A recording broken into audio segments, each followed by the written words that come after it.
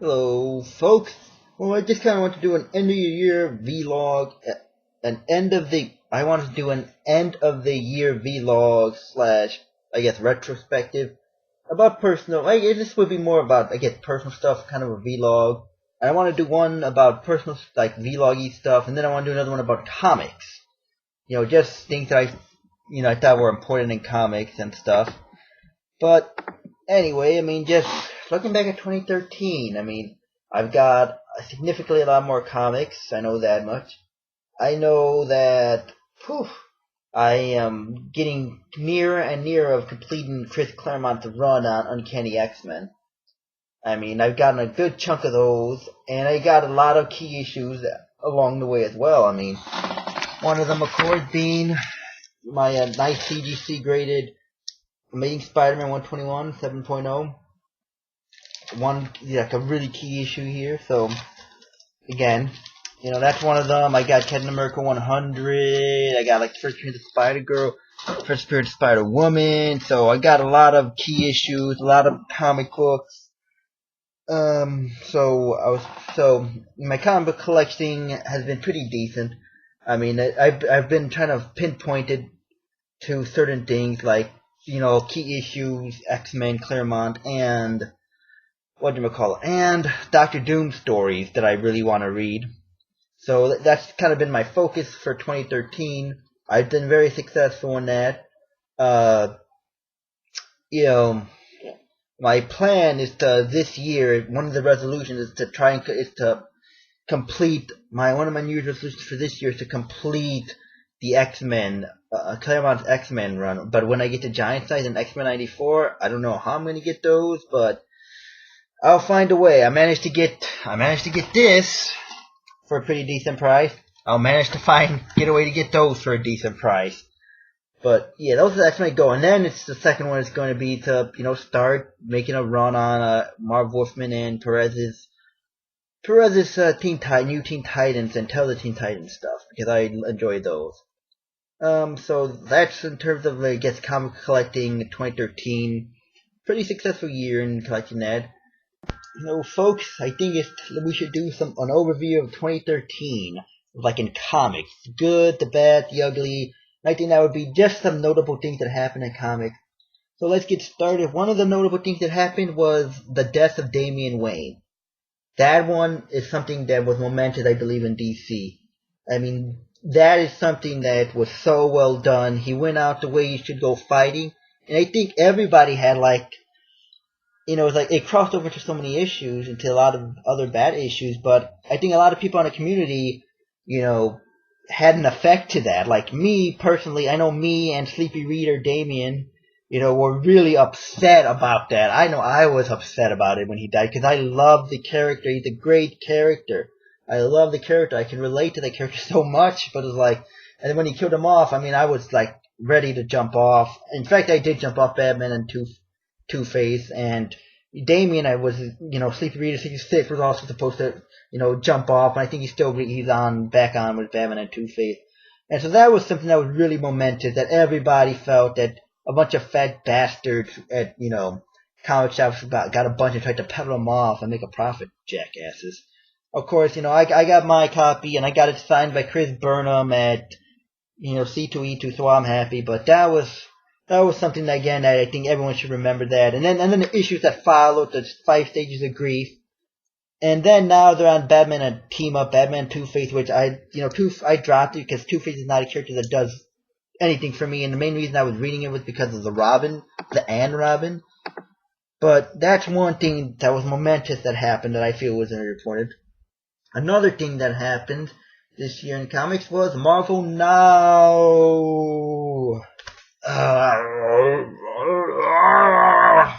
You see that, my reaction to that.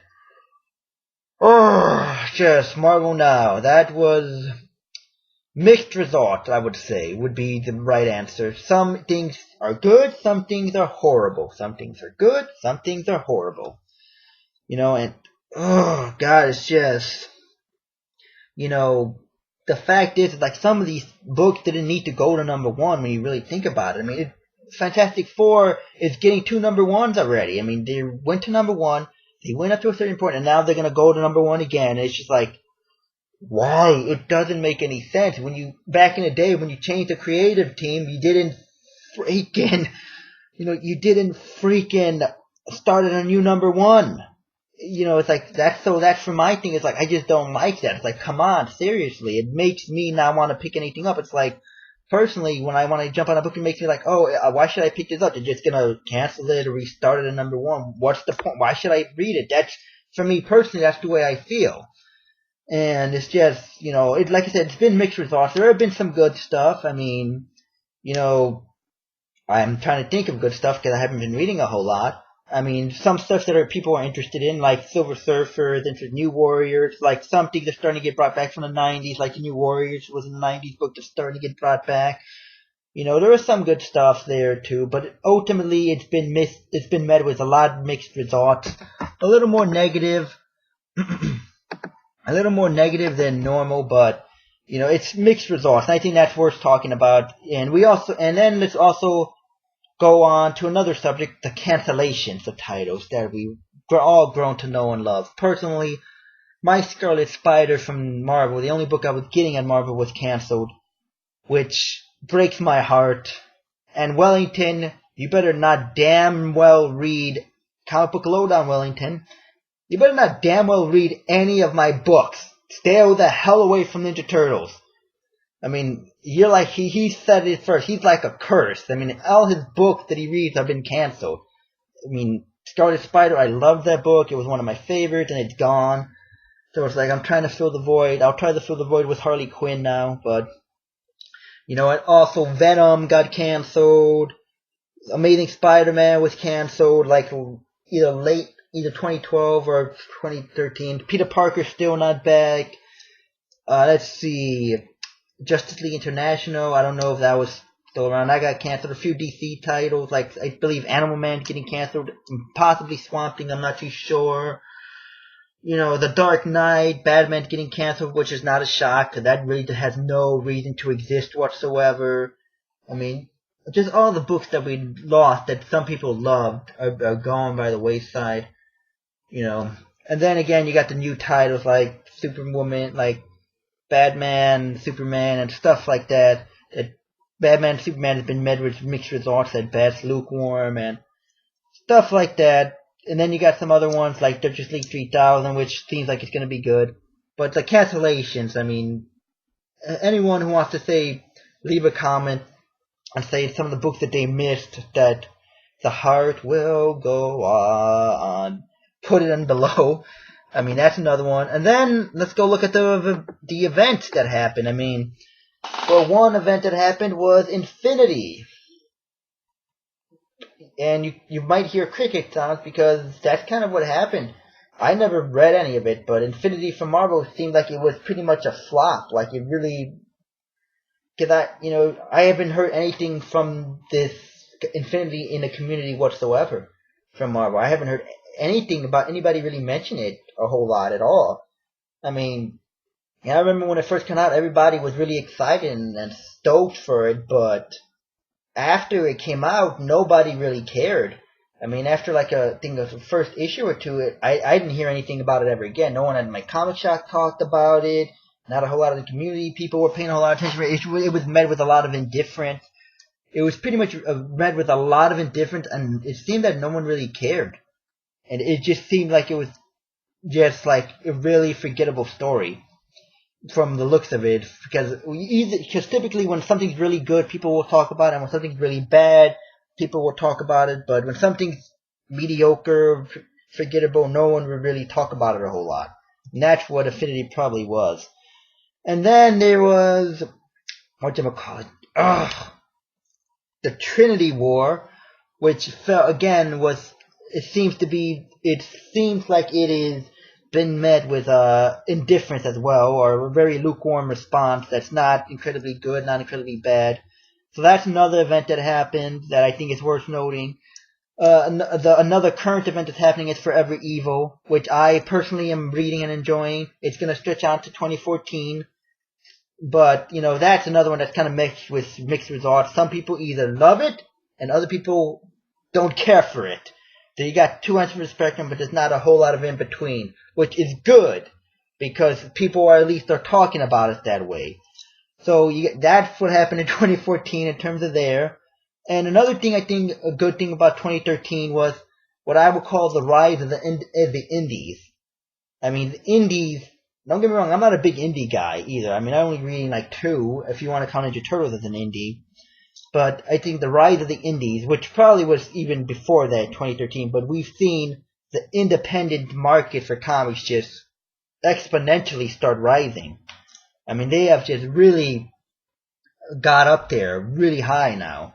We have seen like issues come out where they're selling out, but of course they probably have a very limited print run because you don't expect to sell out.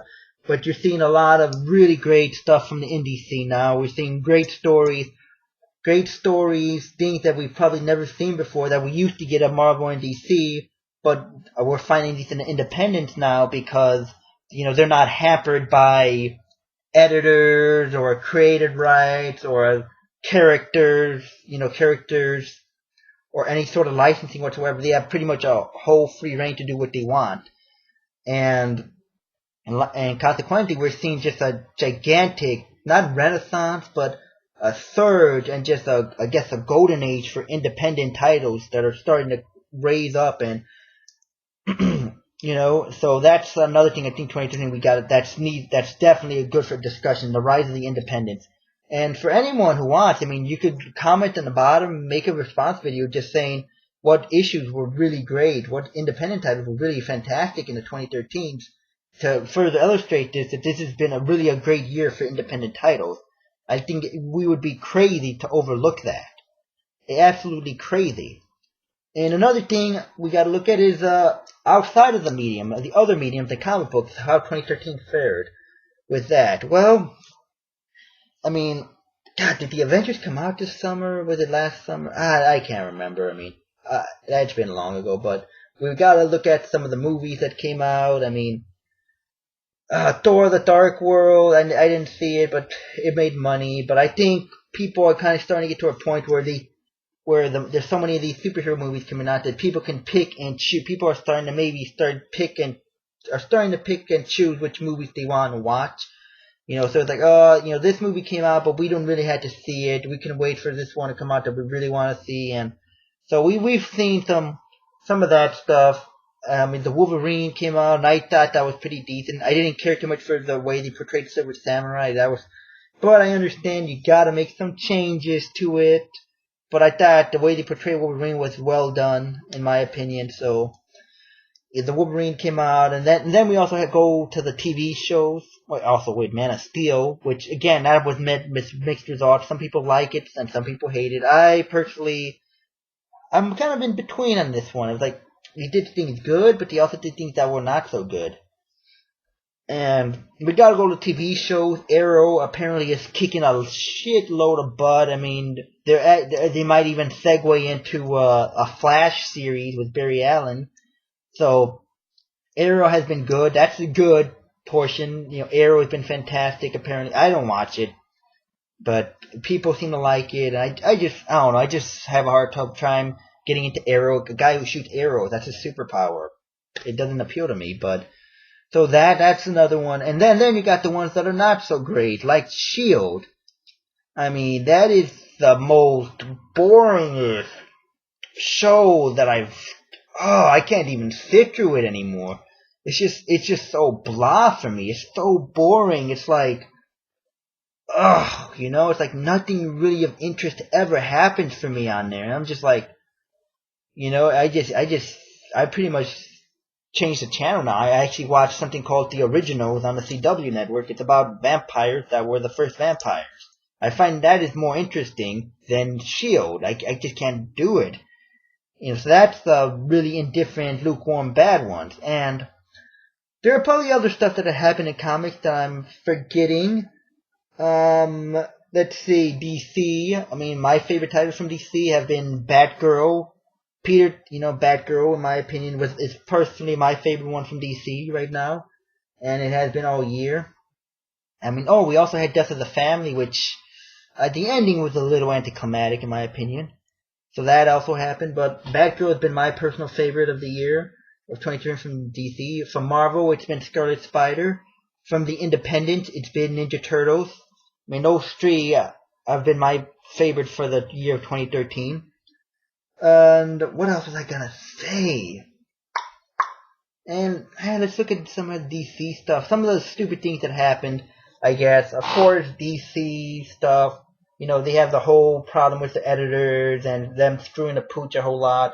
You know, letting writers get into so far into stories and then maybe saying, oh, hey, you can't do that. Right when you're in the middle of the story, why? And it's like, why didn't you say that earlier? This whole thing with Batwoman, that fiasco, the whole Dan Didio fiasco, the Bat family can't be happy because they devoted. I mean, that's kind of dumb. And, you know, the whole Harley Quinn thing where, you know, that stuff. So DC front office has been kind of dumb. Have kind of been trying to shoot themselves in the foot the hardest, but in retrospect, they're doing pretty decently, but they're putting out really a lot more better material, in my opinion, than Marvel is. And, you know, a lot of their stuff is cheaper too. If I pay $3.99, I at least get extra pages. And then we go to Marvel, and Marvel seems to really hate their readers, in my opinion. They seem to really hate their readers and really seem to like, you know, slitting their own wrist and shooting themselves in the foot. Some of the decisions they made have just been really head scratchers, you know. Releasing everything at $3.99 is going to turn off a whole lot of readers. I mean, I know it turns me off from a lot of titles that I would otherwise maybe check out. I know it turns off Sleepy Reader 666 from other titles as well. You know, and additionally, and then the other thing I gotta say is, for your love of God, will you fix your damn covers? DC has good covers. Marvel, fix your freaking covers on your damn comics. I'm sick of opening the damn thing and having ink come on my damn thumb. You know, other stuff like that. They really seem to like hate their readers and like shooting themselves in the foot. And then we go to Independent, and all the Independents have been doing great jobs. I mean, they have really risen this year. I mean, that's really the way to go. And so that has been my retrospective in comics. You know, just a short vlog that probably no one's going to watch. But if anyone wants to maybe have a little discussion, make a video about it as well, or comments, feel free.